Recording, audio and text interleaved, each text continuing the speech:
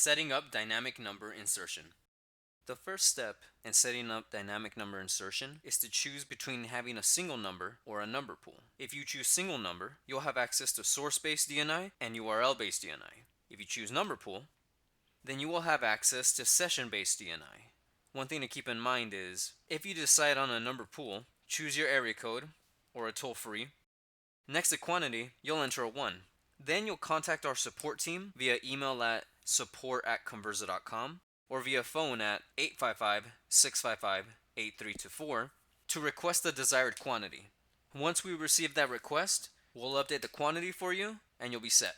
Continue with the setup process, choosing the route type, desired ringtone number, giving the tracking number a name.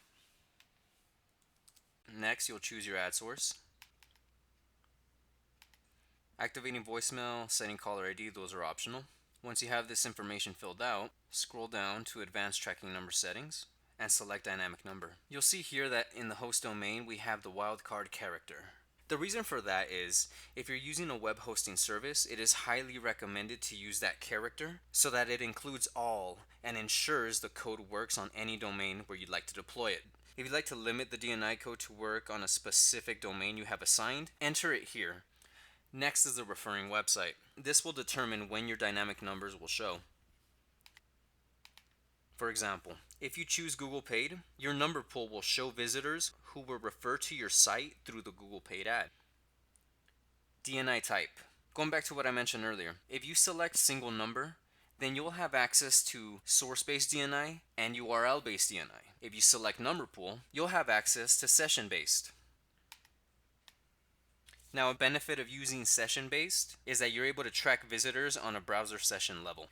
Once you select your DNI type, go to HTML class. The HTML class is used to wrap your numbers and trigger the dynamic number swap. Based on the dynamic number type you choose, and if you have access to your website source code, then the HTML class will change. It is recommended to use a prefix to help identify Conversa and the ad campaign type. For session-based, we recommend using CVZ underscore and whatever name you'd like to give it. In this case, we'll use AdWords. If you're using URL-based DNI, well, the HTML class is going to change. In that case, you're going to use LMC underscore track. If you do not have access to your website source code, then you'll enter the asterisk symbol.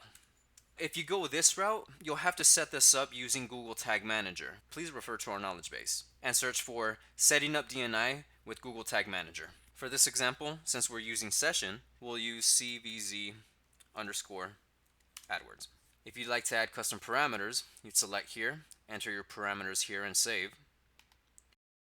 Here you can enter the time to live. Keep in mind the time to live is entered in seconds. For example, if you would like 1 hour, you will enter 3,600. The time to live is the amount of time a number stays active for each web visitor before it gets recycled back into the number pool. After this information has been filled out, continue with your tracking number settings as usual. After you're done, scroll down, select Save.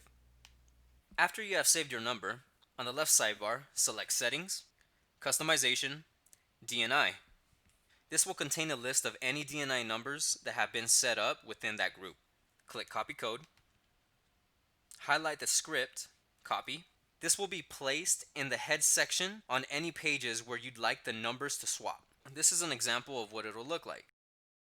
This code here has been entered into the head section of the website.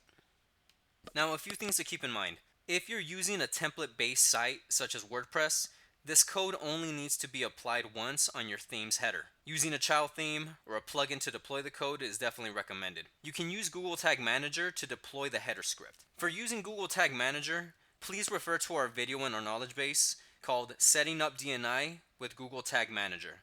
That will explain the process in detail. Now, if you scroll down here, you'll see step 2.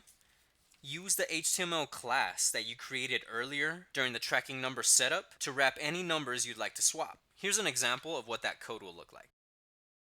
A side note, if you're using a click-to-call link in your number, then your number will auto-swap as well, as long as your HTML class is in the same element as your href tag.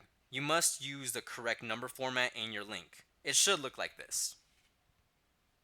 Another side note, if you're using multiple DNI numbers in one place, such as source and session based DNI together, or two session pools with different referring sources, add your HTML classes in sequence. This is what the code should look like. Step 3 will only apply if you're using URL based DNI. You'll need to add the LMC underscore track parameter followed by your tracking number to the URL of any links you build. The destination URL should look like this. Now, as mentioned earlier, if you don't have access to your website's code, please see our Setting Up DNI with Google Tag Manager video in our knowledge base. Please note this method will not work with URL-based DNI. And this is the process of setting up dynamic number insertion.